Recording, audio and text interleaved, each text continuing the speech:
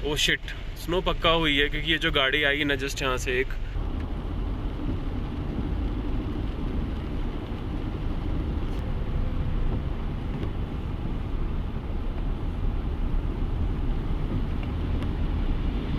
ये सोलांग वैली है और ये पहाड़ों की मैगी।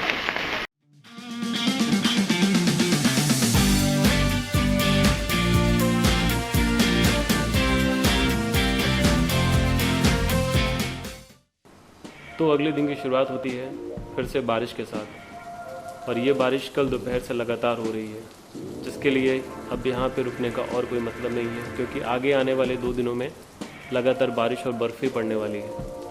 तो बाहर निकल नहीं पाएंगे, फ़ोटोज़ वगैरह ले नहीं पाएंगे, कहीं घूम नहीं पाएंगे। तो हमने सोचा क्यों ना यहाँ से निकलते हैं और कहीं और का प्लान करते हैं, क्योंकि अभी हमारे पास 2-3 दिनों का टाइम है, तो हम कहीं और भी घूम सकते हैं। ठंड काफ़ी ज़्यादा है और ऊपर सोलांग में स्नो पड़ी है, अभी फ्रेश स्नो पड़ ही रही है। अभी जस्ट वहाँ से ड्राइवर आया, उन्होंने बताया, और ऊपर तक जाने नहीं दे रहे यहाँ से नीचे से, क्योंकि कंटिन्यू अभी वहाँ स्नोफॉल हो रहा है। और अभी पूरा 2 दिन का लगातार बारिश का है। आज दिन है बुधवार, मतलब बुधवार और गुरुवार लगातार बारिश का है, और शुक्रवार से 2 दिन लगातार स्नो का है, जो वेदर कंडीशन दिखा रहा है उस कंडीशन के हिसाब से। हमें क्या है, हमें यहाँ अभी 2 दिन और रुकना था, बट इसी बारिश की वजह से हम नहीं रुक रहे हैं।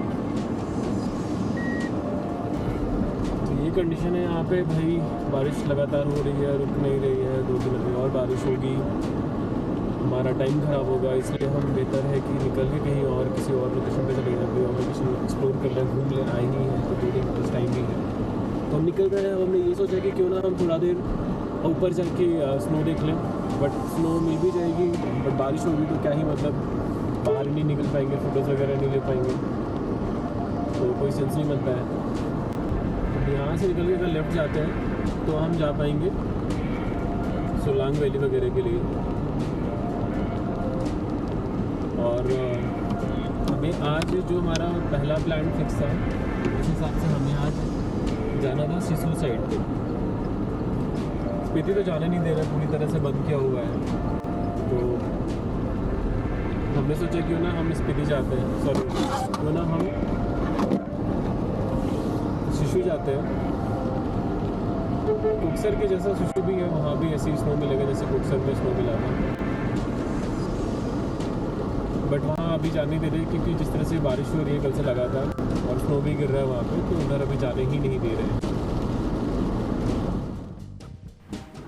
लेकिन मन नहीं मान रहा था, तो हमने सोचा क्यों ना एक बार चल के देखते हैं। ज़्यादा दूर नहीं है, सिर्फ 10 किलोमीटर है। तो हमने तय किया और गाड़ी को वापस घुमा लिया सोलांग वैली के लिए।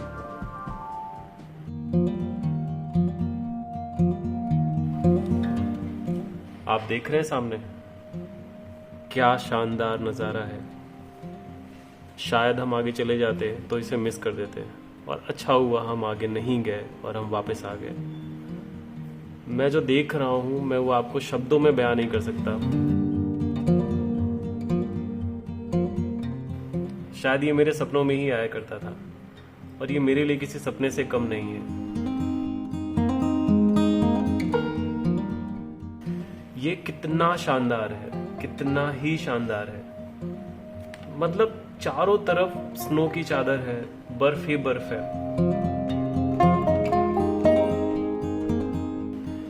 शायद ये मेरे जीवन का पहला अनुभव है जब मैं ऐसे स्नो में गाड़ी चला रहा हूँ और चारों तरफ सिर्फ स्नो ही स्नो है। हालांकि थोड़ी बारिश की बूंदें भी गिर रही हैं, तो हम बाहर नहीं निकल सकते और ठंड बहुत ज़्यादा है, लेकिन क्या फ़र्क पड़ता है, ऐसे नज़ारे बार बार देखने को नहीं मिलते हैं। तो बस आप भी देखिए, हम तो एंजॉय करने आए ही हैं।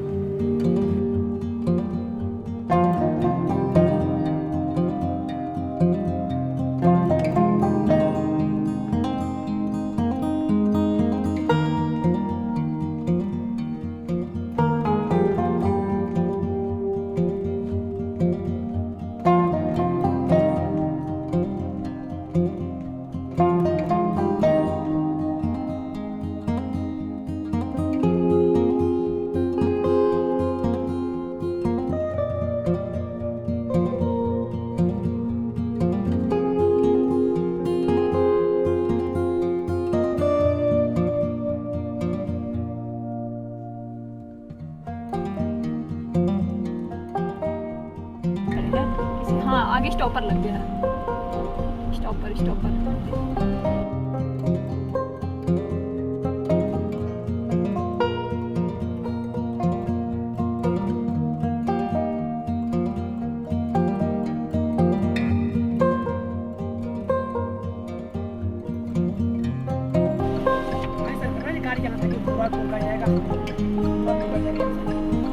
कहाँ तक जाएगा? कहाँ तक जाएगा? कहाँ तक? शिशु तक जाएगा। 4x4 क्या चार्जेस लेंगे? जी क्या चार्जेस लेंगे? ये प्रोग्राम सर बहुत होता है। चलिए कोई नहीं।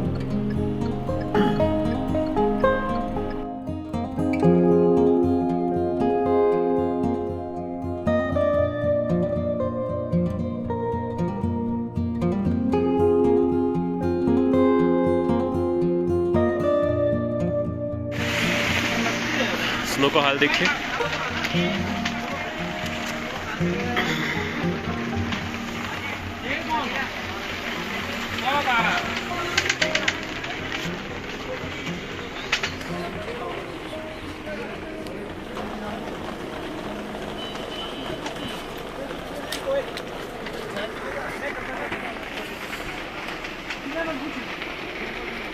हम यहाँ नहीं पहुँच पाए, यहाँ आगे के लिए रास्ता बंद किया हुआ है। हम हैं अभी मनाली में। मनाली से थोड़ा सा आगे आएंगे तो यहाँ पे है सोलांग वैली। हम सोलांग वैली में है अभी।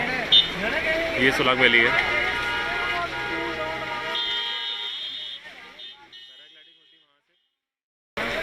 पहाड़ों में आए और मैगी ना खाएं, कैसे कैसे हो सकता है।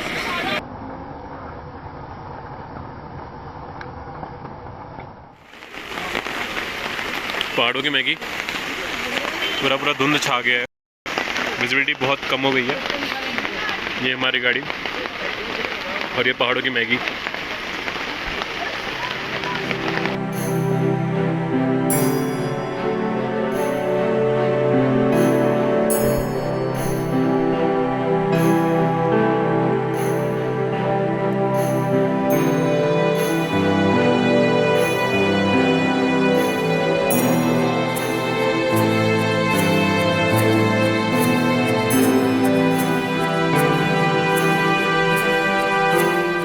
जगह जहाँ से मैंने पैराग्लाइडिंग की थी वो लोकेशन से ये उस दिन का व्यू मैं आपको आफ्टर बिफोर दिखा देता हूँ और अभी का व्यू देखिए कैसा है और कल और परसों का व्यू कैसा था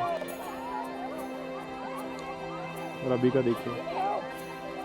पूरी फ्रेश स्नो है और ये स्नो कल की है, कल रात की, आज सुबह की। अभी भी बारिश हो रही है, बूंदाबांदी लगातार चल ही रही है और यहाँ से आगे अभी जाने नहीं दे रहे। ये लास्ट पॉइंट है। यहाँ से आगे अगर आपको जाना है तो फिर आपको 4x4 कैब लेनी पड़ेगी जिसके चार्जेस 5,000 के आसपास है। 25,000 है। शेयरिंग में अगर आप जाएंगे कपल्स तो 25,000 के आसपास है। तो ये लोकेशन है, ये व्यू है, आप देखिए। थैंक गॉड हम लौट रहे थे, थैंक गॉड कि हम वापस आ गए। हमने सोचा कि एक बार मन में क्यों रह जाए, एक बार राउंड मार के आते हैं। मिला तो मिला, नहीं मिला तो वापस आ जाएंगे। तो ये कुछ नज़ारे हैं, ये कुछ व्यू है।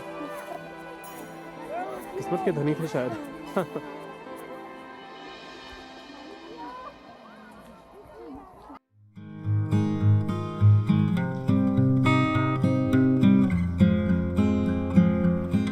मैंने इस दुनिया की कल्पना हकीकत में नहीं की थी, क्योंकि जो आज मैं सामने देख रहा हूँ ये मेरे लिए किसी स्वर्ग से कम नहीं है।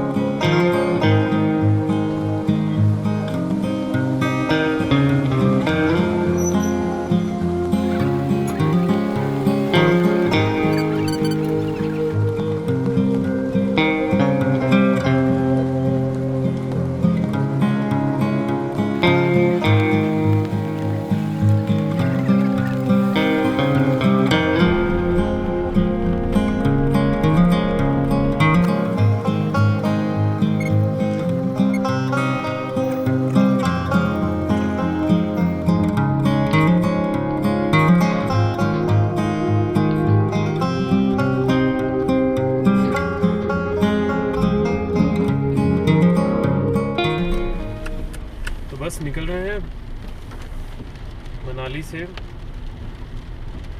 राइट हैंड साइड पे माल रोड है, मनाली माल रोड, नीचे पार्किंग थी ये वाली। सोलांग वैली से आ गए हैं।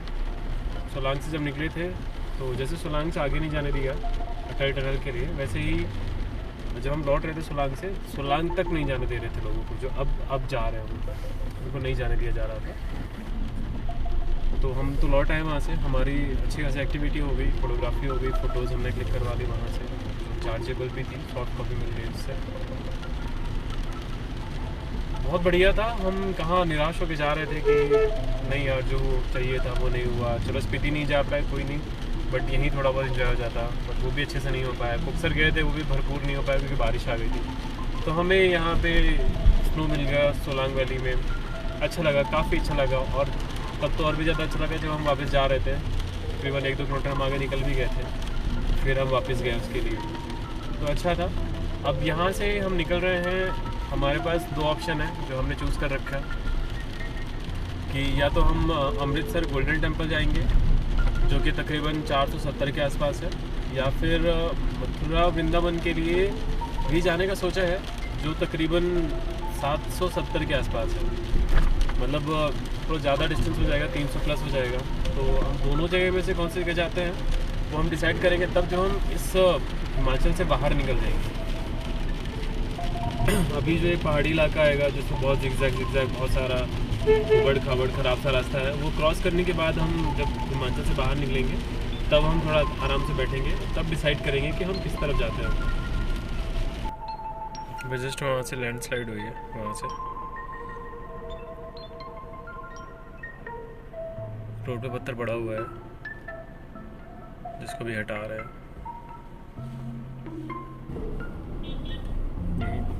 यहीं पे लैंडस्लाइड हुई है, यहीं पे ऊपर से पत्थर गिरे हैं जिसको भी जेसीबी ने हटाया है। रास्ता काफ़ी खतरनाक है भाई, हालांकि बहुत ज़्यादा नहीं है बट खतरनाक तो है। जो ऐसे रास्ते पे यूज टू नहीं है ना, उनको बड़ी तकलीफ होगी गाड़ी चलाने में।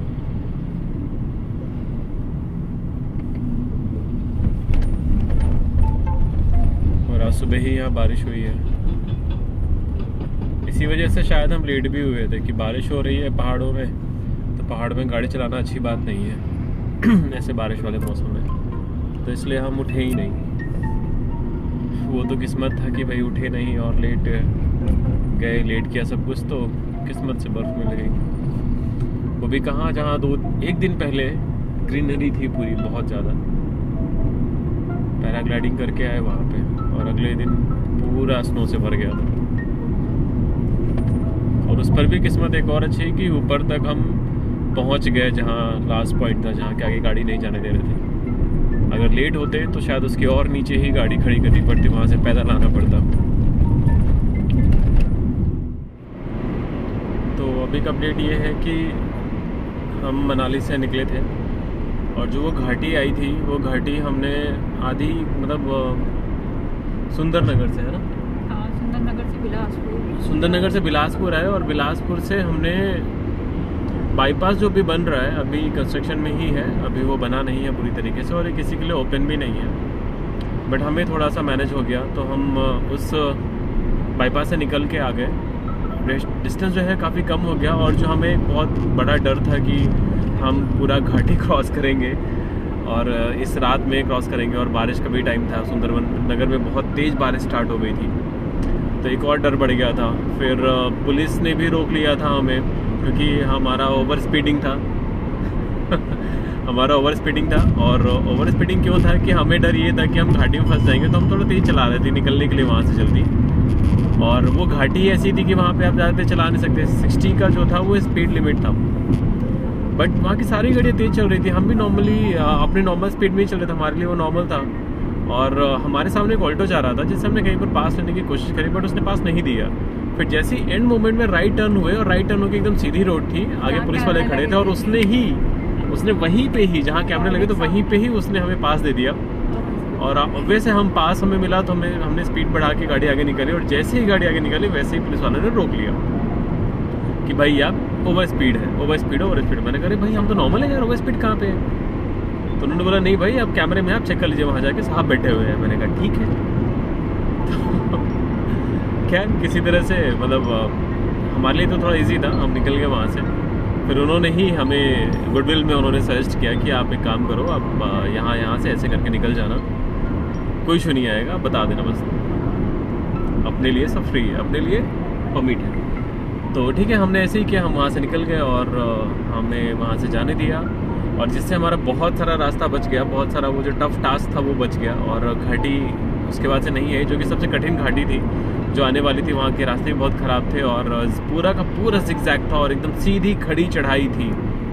उतरना फिर भी आसान था वहाँ से आना, लेकिन चढ़ाना और कठिन था, और उस गाड़ी में जिसका पिकअप थोड़ा कम है तो बहुत बड़ा टास्क हो जाता है। बट उन्होंने सजेस्ट किया और हमने वैसे ही किया। हमने उधर से कीरतपुर वाले 4 लेन पे ले लिया, और वहाँ से काफ़ी बीच में रास्ता काफ़ी ख़राब था, काफ़ी ज़्यादा ख़राब था। इनफैक्ट 2-3 टनल्स भी आए, कंस्ट्रक्शन चल रहा था, लेकिन वहाँ के लोग अच्छे थे, तो उन्होंने उन्होंने खुद से रोक के बताया कि भैया आप ऐसे ऐसे करके जाना, और थोड़ा सा डिस्टेंस मेंटेन करना, रोड बन रहा है, कंस्ट्रक्शन में है, गीली मिट्टी है, कीचड़ है, फिसल रही है, थोड़ा डिस्टेंस मेंटेन करना, स्पीड कम रखना, ऐसा करके तो हम वहाँ से निकल गए। फ़िलहाल हम चंडीगढ़ यहाँ से मुश्किल से कितना किलोमीटर है,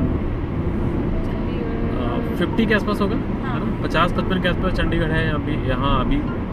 और यहाँ से जो हमारा प्लान फिक्स हुआ है, वो हमारा प्लान फिक्स ये हुआ है कि हम जाएंगे गोल्डन टेम्पल अमृतसर। तो हम यहाँ से मुश्किल से 200-250 किलोमीटर के आसपास है गोल्डन टेम्पल, और टाइम अभी हो रहा है 7:25।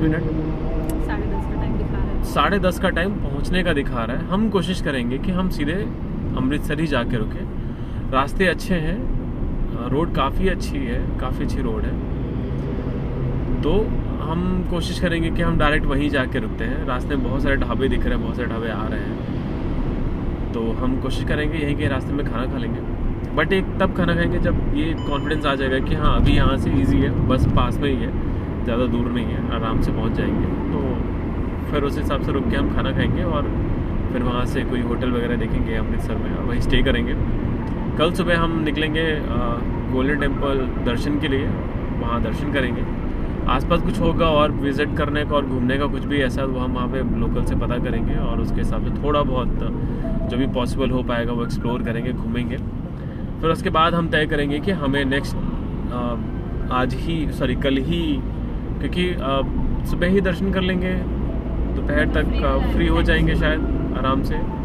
तो हम ये फिर डिसाइड करेंगे कि हम उसके आगे क्या करने वाले हैं। भोपाल तो शायद अभी इतनी जल्दी तो वापस नहीं जा रहे हैं, क्योंकि अभी हमारे पास कल का भी टाइम है। कल, आज वेडनेसडे है, कल थर्सडे है, आज तारीख है 19, तो हमारे पास कल तक का टाइम था कि हम परसों सुबह निकलने वाले थे मनाली से, तो हमारे पास कल का भी टाइम रहेगा। तो हम कल भी देखेंगे, आज और कल और परसों, है ना, गलत बोल गया। हाँ, नहीं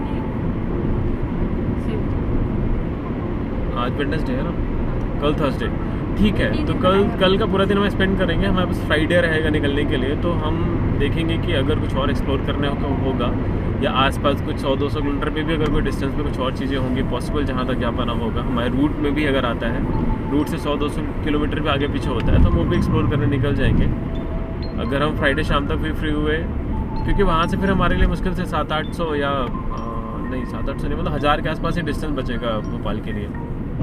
तो वो हम बड़े आराम से, हमारे पास 2 दिन होगा, हम 2 दिनों में बड़े आराम से कवर कर लेंगे।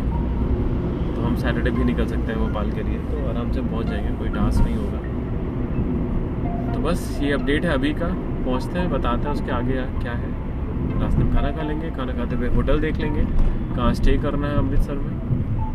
तो बस जाके बस सोना है, थक बहुत गया, सुबह की भी थकान अभी है, जो हमने स्नो पे इतनी सारी एक्टिविटी करी है। तो भाई अभी अपडेट ये है कि आप सामने देखिए कितना शानदार गेट लग रहा है। ये अमृतसर का गेट है, अमृतसर शहर के अंदर का गेट है कि हम लोग अंदर पहुंच रहे हैं। बज रहा है अभी, और अभी डिस्टेंस बचा हुआ है तकरीबन 5 किलोमीटर। तो हमने जब भी लोकेशन डाला था वो गोल्डन टेम्पल का डाला है। वहाँ तक पहुँचते अभी हमने खाना भी नहीं खाया।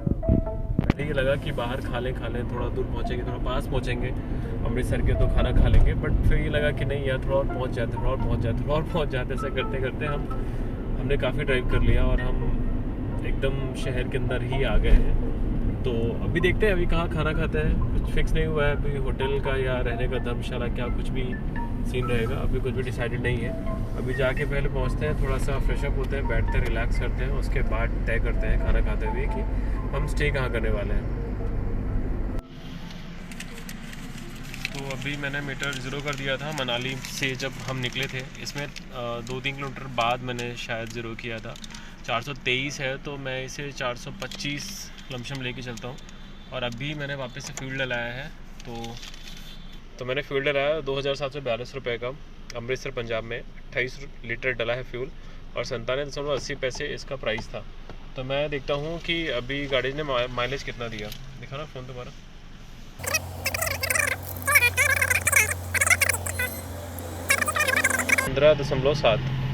17 मतलब पहाड़ों में प्लस और नॉर्मल हाईवे में। अभी गाड़ी काफ़ी अच्छी चली है, गाड़ी 100, 120, 130 चली है। तकरीबन रात के 10 बजे हम पहुंच गए थे अमृतसर गोल्डन टेम्पल। और पहुंचते ही हमने गाड़ी पार्किंग में लगाई और हम चले होटल ढूंढने के लिए। हमने होटल लिया और जाकर सबसे पहले खाना खाया, फिर टहलते हुए होटल वापस गए।